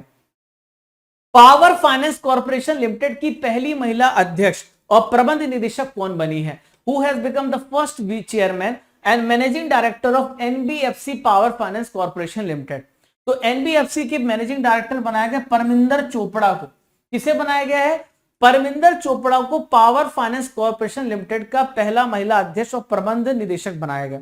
अच्छा, ये पावर फाइनेंस कॉर्पोरेशन लिमिटेड होता क्या है? देखिए, भारत में पावर इंडस्ट्री को बढ़ाना, जो पावर सप्लाई को बढ़ा सके, पावर सेक्टर को बढ़ाने के लिए भी पैसा चाहिए, तो इंफ्रास्ट्रक्चर और पैसा उनको चाहिए, तो वो कौन देगा? पीएफसी देगी। इसी की सीएमडी बनी है first women to become CMD of Power Finance Corporation. यहां पे हम बात कर लेते हैं उन सभी प्रथम महिलाओं की जो आपसे पूछा जा सकता है। इमेज में आप शिवांगी सिंह को देख रहे हैं, तो ये फ्रांस में गई थी, वहां पर एक मल्टीनेशनल एक्सरसाइज हुआ है, बहुराष्ट्रीय अभ्यास ओरियन में, और पार्टिसिपेट करने वाली पहली महिला बनी है। दीपिका मिश्रा की बात करें तो दीपिका मिश्रा वीरता पुरस्कार प्राप्त करने वाली वायुसेना की पहली महिला ऑफिसर है। इमेज में आप किम कॉटन को देख रहे हैं, तो पुरुषों के मैच में एम्पायरिंग करने वाली पहली महिला एम्पायर है। नेक्स्ट है ओडीएफ खुले में शौच मुक्त प्लस रैंकिंग में देश का पहला शीर्ष जिला कौन है? Who has become the first top district in ODF? तो ओडीएफ में open defecation free plus ranking में कौन सा पहला नंबर है? तो यह वायनाड, जो कि केरल राज्य में है। तो ओडीएफ में ये पहले नंबर पर है। यहां पर कोई भी ओपन डेफिकेशन मतलब खुले में शौच नहीं कर रहा है, पूरी तरीके से खुले में शौच मुक्त है। और जो ओडीएफ है ये भारत मिशन का एक हिस्सा है, स्वच्छ भारत मिशन, जो कि 2 अक्टूबर 2014 को पहला चरण लॉन्च किया गया था। फोर्ब्स की 2023 में सबसे ज्यादा कमाई करने वाले एथलीटों की सूची जारी की गई। इसमें पहला स्थान किसे मिला है? Who has topped the fourth list of highest paid athlete in 2023? तो 2023 में सबसे ज्यादा जो कमाई करने वाले खिलाड़ी हैं वो एक ही नाम है, क्रिस्टियानो रोनाल्डो। ठीक है, सबसे ज्यादा कमाई करने के मामले में नंबर 1 है। और दूसरा नाम आता है यहां पर, वो है यहां पर देखिए लियोनेल मेसी, $130 बिलियन पे दूसरे स्थान पर। और थर्ड नंबर पे फ्रांस के एम्बापे, क्या नाम है? एम्बापे थर्ड प्लेस पर है एम्बापे। क्लियर है? चलिए, हाल ही में सीबीआई के नए डायरेक्टर कौन बने हैं? Who has been appointed as the new CBI director? Very very important question. तो सीबीआई के नए डायरेक्टर बने हैं प्रवीण सूद। क्या नाम है? प्रवीण सूद। प्रवीण सूद सुबोध कुमार जायसवाल की जगह आए हैं। देखिए, प्रवीण सूद कर्नाटक के डीजीपी रह चुके हैं, अब केंद्र सरकार ने इन्हें सीबीआई का नया डायरेक्टर बना दिया है। प्रवीण सूद की बात करें तो आपको बता ही चुका उनके बारे में। अच्छा, सीबीआई के बारे में जानते हैं। सीबीआई की स्थापना कब हुई है? 1963 में। और सीबीआई का काम होता है भारत में जांच करने का, डिफरेंट मतलब जो क्राइम्स होते हैं उन सब की जांच करने का काम सीबीआई का है। हाल ही में ट्विटर की नई सीईओ कौन बनी है? Who is the new CEO of Twitter? तो ट्विटर की नई सीईओ बनी लिंडा याकरीनो। क्या नाम है? लिंडा याकरीनो। इमेज में आप देख पा रहे हैं लिंडा याकरीनो यहां पर एलॉन मस्क की जगह बन रही है ट्विटर की सीईओ। दोस्तों, एलॉन मस्क को अब क्या मिला? तो ट्विटर के चेयरमैन बन गए हैं और सीटीओ ऑफिसर रहेंगे। यहां पे ट्विटर की बात करते हैं तो ट्विटर की स्थापना 2006 में हुई है। Micro blogging social media platform है जहां पर आप ट्वीट करते हैं और लोगों से कनेक्ट होते हैं। इसका हेडक्वार्टर कहां पर है? तो सैन फ्रांसिस्को कैलिफोर्निया में इसका हेडक्वार्टर है। Jack Dorsey, Noah Glass, Evan Williams और बिस्टोन ने मिलकर के ट्विटर को बनाया था। नेक्स्ट क्वेश्चन है, अमेरिका का कौन सा स्टेट जातिगत भेदभाव पर बैन के लिए विधेयक पास करने वाला पहला स्टेट बन गया है? Which US state has become the first state to pass a bill to ban caste discrimination? तो कास्ट डिस्क्रिमिनेशन खत्म करने वाला कैलिफोर्निया पहला राज्य बन गया अमेरिका का, जिसने जातिगत भेदभाव को खत्म करने का फैसला किया है। इस विधेयक को कैलिफोर्निया की जो सीनेटर है आयशा वहाब ने पेश किया है। ठीक है, विधेयक के बाद अगर कोई भी ऐसा व्यक्ति जाति के आधार पर भेदभाव करेगा तो ये क्राइम माना जाएगा, ये अपराध माना जाएगा। नेक्स्ट है, माउंट एवरेस्ट पर रिकॉर्ड 27 टाइम्स, इसको 28 टाइम्स करो आप, है ना, 28वीं बार, नॉट 27वीं बार, 28वीं बार फतेह करने वाले व्यक्ति कौन बने हैं? Who has become the first person to climb Mount Everest for 28 times? तो कामी रीता शेरपा ने एक अलग ही रिकॉर्ड बना दिया है। कामी रीता शेरपा दुनिया के पहले ऐसे व्यक्ति हैं जो 28 बार इन्होंने इस माउंट एवरेस्ट को फतेह किया है। देखिए यहां पर पासांग दावा शेरपा जो कि नेपाल के ही हैं, वो भी नेपाल के थे, उन्होंने 27 टाइम्स माउंट एवरेस्ट पे चढ़ाई की है। रविंद्र कुमार एवरेस्ट पे चढ़ने वाले भारत के पहले भारतीय प्रशासनिक अधिकारी हैं। लवराज सिंह धर्मशक्तु 7 बार एवरेस्ट पे चढ़ने वाले पहले भारतीय हैं। चलिए नेक्स्ट यहां पर हम बात करेंगे, दुनिया में अगर आपसे पूछा जाए सबसे पहले व्यक्ति जिन्होंने माउंट एवरेस्ट को चढ़ा है तो ये हैं एडमंड हिलेरी और नेपाली मूल के भारतीय नागरिक है तेंजिंग नोर्गे शेरपा। तो इन दोनों ने सबसे पहले 1953 में माउंट एवरेस्ट को फतेह किया था। जुंको तेबाई जापान की हैं, माउंट एवरेस्ट पे पहुंचने वाली पहली महिला हैं। भारत की तरफ से बचेंद्री पाल हैं, 1984 में माउंट एवरेस्ट पर चढ़ने वाली पहली भारतीय महिला है। भारत के नए कानून मंत्री हाल ही में कौन बने हैं? Who has become the new law minister of India? Very very important question. तो भारत के नए कानून मंत्री हो गए अर्जुन राम मेघवाल। अर्जुन राम मेघवाल किरण रिजिजू का स्थान लेंगे, देश के नए लॉ मिनिस्टर बना दिए गए हैं। अब किरण रिजिजू को नया प्लेस मिल गया है, इन्हें अर्थ साइंस मंत्रालय दिया गया है, अर्थ साइंस मंत्रालय दिया गया है। चलिए फ्रांस का सर्वोच्च सम्मान है शेविलियर डे ला लेगियन डी होनूर, किसे प्रदान किया गया? Who has been awarded France highest honor Chevalier de la Legion d'Honneur? तो देखिए एन चंद्रशेखरन, क्या नाम है इनका? एन चंद्रशेखरन। यहां पर आपको याद रखना है एन चंद्रशेखरन ने इस अवार्ड को जीता है, जो टाटा सन्स के चेयरमैन है। फ्रांस का सर्वोच्च सम्मान है शेविलियर डे ला लेगियन डी होनूर। अब दोस्तों ये अवार्ड क्यों दिया जाता है? तो ये अवार्ड इसलिए दिया गया क्योंकि उन्होंने भारत और फ्रांस के बीच में जो ट्रेड रिलेशनशिप है उसको बहुत स्ट्रांग किया है और इनके योगदान के लिए ये सम्मान इन्हें दिया गया है। नेक्स्ट है G7 देशों की बैठक हाल ही में किस देश में आयोजित हुई है? In which country the meeting of G7 countries is held? तो G7 देशों की जो मीटिंग है दोस्तों आपको याद रखना है कहां पर? जापान पर। कहां पर? जापान पर G7 मीटिंग आयोजित की गई। अब दोस्तों यहां पर कौन गए थे? भारत के प्रधानमंत्री मोदी जी यहां पर गए, इनको इनवाइट किया गया था। 19 मई को जापान के हिरोशिमा शहर में इस मीटिंग का आयोजन किया गया, 49 नंबर की बैठक थी। तो चौथी बार प्रधानमंत्री मोदी जी इस मीटिंग पर गेस्ट के रूप में शामिल हुए हैं। देखिए यहां पर बात करेंगे हम आमंत्रित देश कौन कौन से थे। भारत के अलावा Comoros, south Korea, Brazil, Ukraine, Vietnam, ये सारे देश को आमंत्रित किया गया था भारत के साथ। ये आपसे पूछा जा सकता है। पिछली बैठक कहां पर हुई थी? जर्मनी में आयोजित की गई थी। ठीक है, G7 की बात करें तो एक प्रकार से इंटर गवर्नमेंटल पॉलिटिकल फोरम है, इसका कोई हेडक्वार्टर नहीं है, इसका हर देश जो है हर साल अध्यक्षता करता है। इसमें 7 मेंबर हैं। आपके लिए ट्रिक है, जूस विथ गर्लफ्रेंड, मतलब आप अपनी गर्लफ्रेंड के साथ जूस पी रहे हैं। तो इसमें जापान है, यूएसए है, इटली है, कनाडा है, इंग्लैंड, जर्मनी एंड फ्रांस। मुझे नहीं लगता भूलेगा आपको। नेक्स्ट है मुख्यमंत्री सीखो कमाओ योजना किस राज्य में शुरू की गई? मुख्यमंत्री सीखो कमाओ योजना has been launch in which state? तो मुख्यमंत्री सीखो कमाओ योजना को मध्य प्रदेश सरकार ने लॉन्च किया है। सीखे भी और पैसा भी कमाई, हम आपको पैसा भी देंगे, लर्न एंड अर्न। जो 12वीं पास है, जिन्होंने ITI पास किया है, जिन्होंने डिप्लोमा ग्रेजुएशन किया है, जिन्होंने पोस्ट ग्रेजुएशन किया है, उन सभी ये सारे युवा इस स्कीम के क्वालिफाई होंगे, एलिजिबल होंगे। अब दोस्तों इसमें होगा क्या कि 12वीं पास को 8,000 रुपए मिलेगा ट्रेनिंग के दौरान, ITI पास को 8,500 रुपए, डिप्लोमा पास को 9,000 और जिसने ग्रेजुएशन और हायर PG किया 10,000 रुपए प्रति महीने स्टाइपेंड मिलेगा इस योजना के तहत। MP करंट अफेयर्स की बात कर लेते हैं तो मध्य प्रदेश की जो गोंड पेंटिंग है उसको GI टैग दिया गया है। खेलो इंडिया यूथ गेम्स 2023 कहां पर? 2022 था ये, और हुआ कहां इस साल? MP में हुआ है। मध्य प्रदेश ने लाडली बहना योजना लॉन्च की है, जिसके तहत हर महिलाओं को हर महीने 1,000 रुपए मिलेगा। ठीक है, और मध्य प्रदेश ने सीनियर महिला राष्ट्रीय हॉकी चैंपियनशिप 2023 को अभी अपने नाम किया है। नेक्स्ट है 76वां कांस फिल्म फेस्टिवल, इसमें सबसे बेस्ट अभिनेता का अवार्ड किसे मिला? Who has won the best actor award at the 76th Cannes film festival?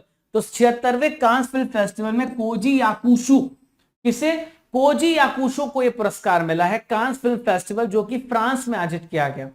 हर साल इसका आयोजन किया जा रहा है और 1946 में पहला कांस फिल्म समारोह आयोजित किया गया था। आइए जान लेते हैं 76वें फिल्म फेस्टिवल के विजेता कौन रहे हैं। तो सबसे बेस्ट फिल्म बनी है यहां पर Anatomie d'une chute, Anatomy of a Fall. इसके निर्देशक है जस्टिन ट्रीट। नेक्स्ट बात करेंगे, सबसे बेस्ट अभिनेत्री बनी है मर्व दिसदार अबाउट ड्राई ग्राइसिस। सबसे बेस्ट अभिनेता मैंने बताया कोजी याकुशो है परफेक्ट डेज के लिए। अभी यहां पर एक इंपॉर्टेंट पॉइंट आपको समझना है कि भारत की तरफ से राज्य मंत्री एल मुरुगन, जो सूचना और प्रसारण राज्य मंत्री हैं, इन्होंने भारत की तरफ से प्रतिनिधि मंडल का नेतृत्व किया है। 16 मई से 27 मई में जो कांस फिल्म फेस्टिवल हुआ है, तो इन्होंने इसका नेतृत्व किया है, पूछा जा सकता है। हाल ही में म्यांमार को सहायता प्रदान करने के लिए भारत ने कौन सा ऑपरेशन शुरू किया? Which operation has been launched in India to provide assistance to Myanmar? तो देखिए ऑपरेशन करुणा, क्या नाम है? ऑपरेशन करुणा को स्टार्ट किया। दोस्तों करुणा के तहत, ऑपरेशन करुणा के तहत भारत ने वो सारे आवश्यक सामग्री पहुंचाई है, क्योंकि आप सभी को पता है जो मोचा तूफान था वो बंगाल की खाड़ी से आगे बढ़ा और म्यांमार चला गया, जिसमें उसने भारी तबाही मचाई। कई लोगों की जानें चली गई, बहुत सारे लोग घायल हुए और प्रॉपर्टी का बहुत नुकसान हुआ है। तो भारत ने एक पड़ोसी देश, अच्छे पड़ोसी देश होने के नाते और मदद की है। हाल ही में आयोजित किए गए कुछ और भी इंपॉर्टेंट ऑपरेशन जो आपसे पूछे जा सकते हैं, जैसे ऑपरेशन कावेरी। तो ऑपरेशन कावेरी सूडान में फंसे जितने भी भारतीय नागरिक थे उनको निकालना था। ऑपरेशन दोस्त, तो भारत सरकार ने तुर्की में मदद के लिए, सीरिया में मदद के लिए भूकंप से प्रभावित जो तुर्की था उसको ऑपरेशन दोस्त वहां पे चलाया। ऑपरेशन गरुण सीबीआई ने स्टार्ट किया, ड्रग नेटवर्क को खत्म करने के लिए स्टार्ट किया गया। ठीक है, चलिए संचार साथी पोर्टल को हाल ही में किसने लॉन्च किया है? हु हैज लॉन्च्ड संचार साथी पोर्टल? तो संचार साथी पोर्टल को लॉन्च किया अश्विनी वैष्णव जी ने। किसने लॉन्च किया है? अश्विनी वैष्णव। कौन है अश्विनी वैष्णव? अश्विनी वैष्णव भारत के वर्तमान रेल मंत्री हैं। इसके अलावा इनके पास यूनियन कम्युनिकेशन मिनिस्टर भी हैं। तो अश्विनी वैष्णव ने न्यू दिल्ली में इसे स्टार्ट किया, संचार साथी पोर्टल। अगर आपका कोई मोबाइल खो जाता है, चोरी हो जाता है, तो आप इसकी जानकारी इस पोर्टल में देंगे, आपका आइडेंटिटी वेरिफिकेशन होगा और आइडेंटिटी वेरिफिकेशन के बाद जो टेलीकॉम ऑपरेटर होगा, लॉ एनफोर्समेंट एजेंसी, दोनों मिलकर के आपका क्या करेंगे? पोर्टल की मदद से फोन ब्लॉक कर देंगे। जिसने फोन चोरी किया है, आपका बहुत इंपॉर्टेंट डाटा है, तो वो आपका बच जाएगा और आपका फोन भी ट्रैक करके वो आपको मिल सकता है। ये सुविधा है इस पोर्टल की मदद से। पीएम मोदी जी ने एक एप्लीकेशन लॉन्च किया है, कॉल बिफोर यू डिग। इसके मदद से आप जो उत्खनन होता है ना, अवैध उत्खनन, उसको रोक सकते हैं। आयकर विभाग ने करदाताओं के लिए AIS आपको मोबाइल ऐप यहां पर लॉन्च किया है, ताकि करदाताओं को आसानी से उनकी फैसिलिटीज का इस्तेमाल किया जा सके। आरबीआई ने कितने रुपए के नोट को हाल ही में सर्कुलेशन से बाहर कर दिया है? RBI has taken out how many rupee note from circulation? तो आरबीआई ने फैसला किया दोस्तों, 2000 रुपए के जो नोट होंगे वो सर्कुलेशन से बाहर हो जाएंगे, हो गए हैं दोस्तों। लेकिन अभी अमान्य नहीं है, सर्कुलेशन से बाहर हो जाएंगे। 2000 का नोट जो है नवंबर 2016 में मार्केट में आया था और उसके बाद 2019 में बंद कर दिया गया था। उस समय नोटबंदी लगी थी, तो नोटबंदी के समय 500 हजार के नोट बैन हुए थे, तो उनके स्थान पर इसे लाया गया था। जब इसकी जरूरत खत्म हो गई तो इसे बंद कर दिया गया। ठीक है, चलिए भारत की पहली पॉड टैक्सी किस राज्य में शुरू होगी? India first pod taxi will be launch in which state? तो भारत की जो सबसे पहली पॉड टैक्सी है उत्तर प्रदेश, यूपी राज्य में भारत की पहली पॉड टैक्सी को स्टार्ट किया गया है। ये पॉड टैक्सी आप देख पा रहे हैं, छोटे छोटे ऐसे कंपार्टमेंट टाइप की है।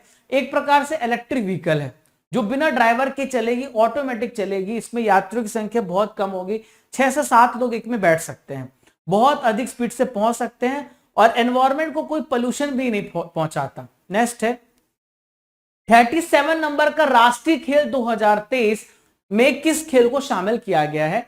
Which sport has been included in the 37 national game 2023? तो 37वां राष्ट्रीय खेल पे गतका को, किसको? गतका को शामिल किया गया है। गतका क्या है दोस्तों?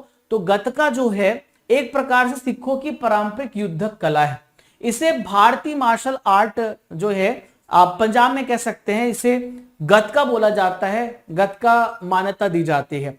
देखिए इस साल का जो आपका राष्ट्रीय खेल है ये कहां पर होने वाला है? गोवा में होने वाला है, अक्टूबर महीने में। कब होगा? अक्टूबर महीने में होगा। संयुक्त राष्ट्र के द्वारा डैग हैमरस्फॉल्ड मेडल से कितने भारतीय सैनिकों को सम्मानित किया गया है? तो how many Indian peace keepers have been awarded the Dag Hammarskjold medal? तो देखिए यहां पर इसका राइट आंसर क्या होगा? तो 3। कितना आंसर होगा? 3 व्यक्तियों को सम्मानित किया गया, मरणोपरांत पुरस्कार दिया गया है। तो संयुक्त राष्ट्र के द्वारा ये जो मेडल है सैनिकों को दिया गया, हेड कांस्टेबल शिशुपाल सिंह, सवाली राम बिश्नोई और शब्बीर ताहिर अली। तो दोस्तों इन्होंने अपना जो जीवन है, आपको बता दूं, पीस कीपर्स के रूप में बिताया, देश की सेवा की, और इसी वजह से इनके बलिदान के लिए मरणोपरांत इन्हें सम्मानित किया गया है। दोस्तों आपसे क्वेश्चन पूछा जा सकता है कि संयुक्त राष्ट्र शांति सैनिकों का अंतरराष्ट्रीय दिवस कब मनाया जाता है? तो 29 मई को यह मनाया जाता है। दुनिया का पहला नैनो डीएपी किसने लॉन्च किया है? Who has launched world first nano DAP? तो दुनिया का पहला नैनो डीएपी किसने लॉन्च किया दोस्तों? भारत के गृह मंत्री अमित शाह ने लॉन्च किया है नैनो डीएपी को। देखिए नैनो डीएपी है क्या, इसको समझते हैं। तो इसे फर्टिलाइजर की तरह इस्तेमाल किया जा सकता है। इसमें हर साल फार्मर्स की लाखों की बचत होगी।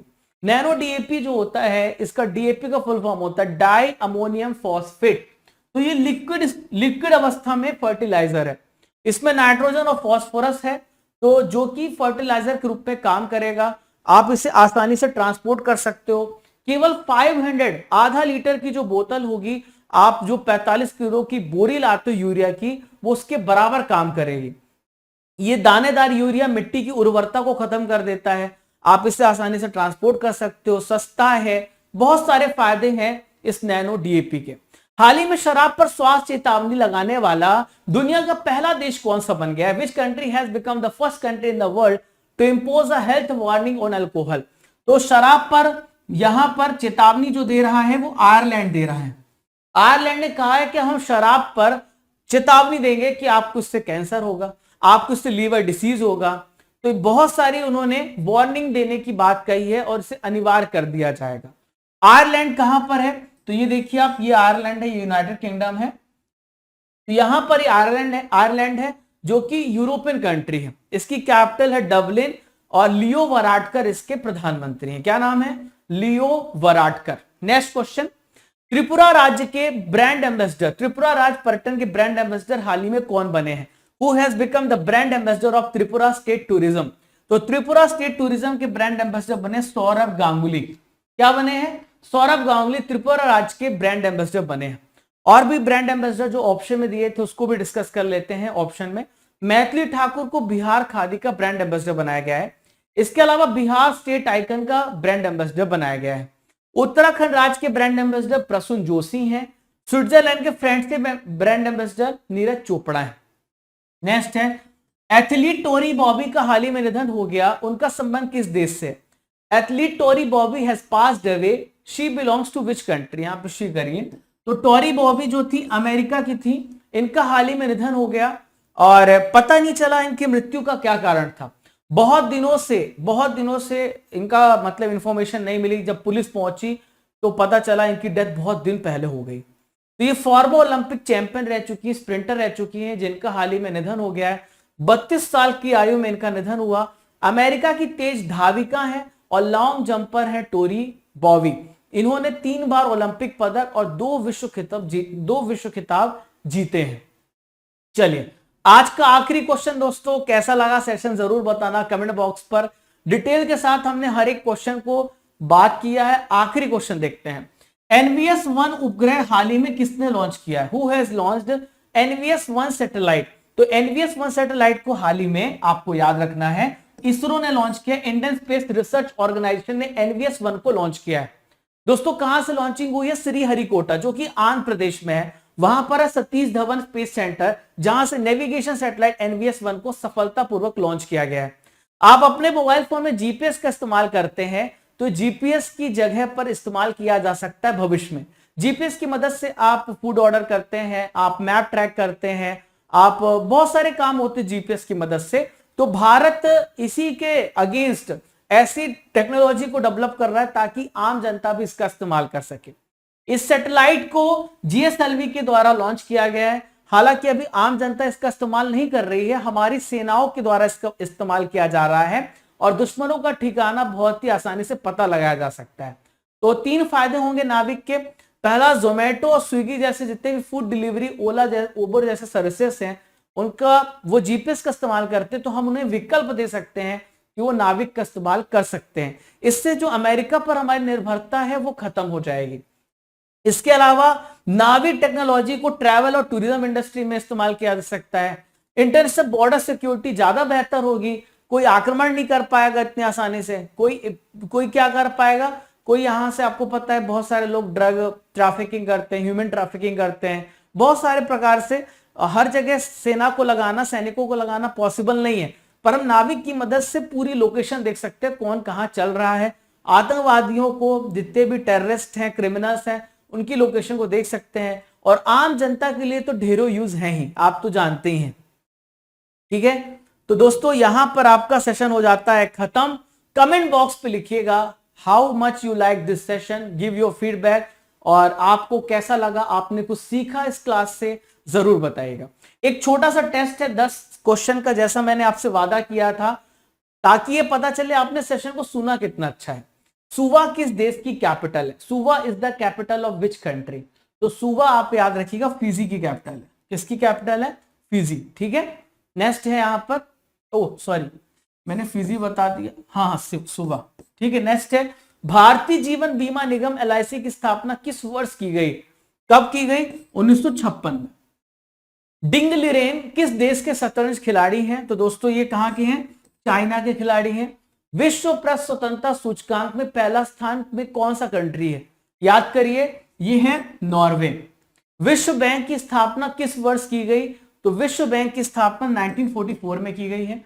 अपनी खुद की इंटरनेट सुविधा वाला पहला राज्य कौन सा है? तो ये राज्य है केरल। क्या नाम है? केरल। गीतांजलि श्री को अंतरराष्ट्रीय बुकर पुरस्कार दिया गया, तो कब दिया गया है? 2022 में। फ्रंटियर सुपर कंप्यूटर किस देश का सुपर कंप्यूटर? बताएं कमेंट बॉक्स पर। तो फ्रंटियर सुपर कंप्यूटर अमेरिका का सुपर कंप्यूटर है। कालेसर नेशनल पार्क कहां पर स्थित है, जहां पर अभी टाइगर देखा गया है? तो ये यमुनानगर हरियाणा में है। 110 साल बाद यहां पर टाइगर देखने को मिला है। रेयाना बरनावी किस देश की अंतरिक्ष यात्री हैं? तो रेयाना बरनावी सऊदी अरब की पहली महिला अंतरिक्ष यात्री है। आज का सवाल दोस्तों, जिसका उत्तर आपको कमेंट बॉक्स पे देना है, G7 देशों की बैठक किस देश में आयोजित हुई? आपको इसका उत्तर कमेंट बॉक्स पे देना है। और दोस्तों इसकी जो कंप्लीट PDF है आपको Raja Gupta current affairs Telegram channel पर मिल जाएगी। सर्च कीजिए और PDF को फ्री में डाउनलोड कीजिए। पहले पूरा पढ़ लीजिए, फिर PDF डाउनलोड करके हर एक पॉइंट को लिखिए जो मिस हो गया है। अपने सभी दोस्तों को शेयर कीजिए कि आपको ये सेशन कैसा लगा, और लाइक कर दीजिएगा। पहली बार चैनल पर आए तो सब्सक्राइब कर दीजिएगा, ताकि मेरी हर एक वीडियो रेगुलरली आपको मिल सके। आपको बता दूं कि मैं डेली करंट अफेयर्स पढ़ाता हूं, मैं वीकली करंट अफेयर्स पढ़ाता हूं, ठीक है, मैं ट्रेंडिंग करंट अफेयर्स पढ़ाता हूं, मैं स्टेट करंट अफेयर्स पढ़ाता हूं। तो भारत के पूरा करंट अफेयर्स का सोल्यूशन आपको मेरे साथ मिलेगा। जीके का भी सेशन हम आपके लिए ला रहे हैं, और बहुत सारे सब्जेक्ट्स को यहां पर हम कवर करने वाले जीके के पूरा डिटेल से। ठीक है दोस्तों, इसके अलावा अनअकैडमी एप्लीकेशन पर आपकी क्लास होगी। आपको पता है मैंने बताया था कि आपकी क्लास होने वाली है, और वो क्लास कहां पर होगी? देखें आप, अनअकैडमी एप्लीकेशन पर होगी, याद रखिएगा। ओके, पहुंचू तो तब तो बता पाऊं।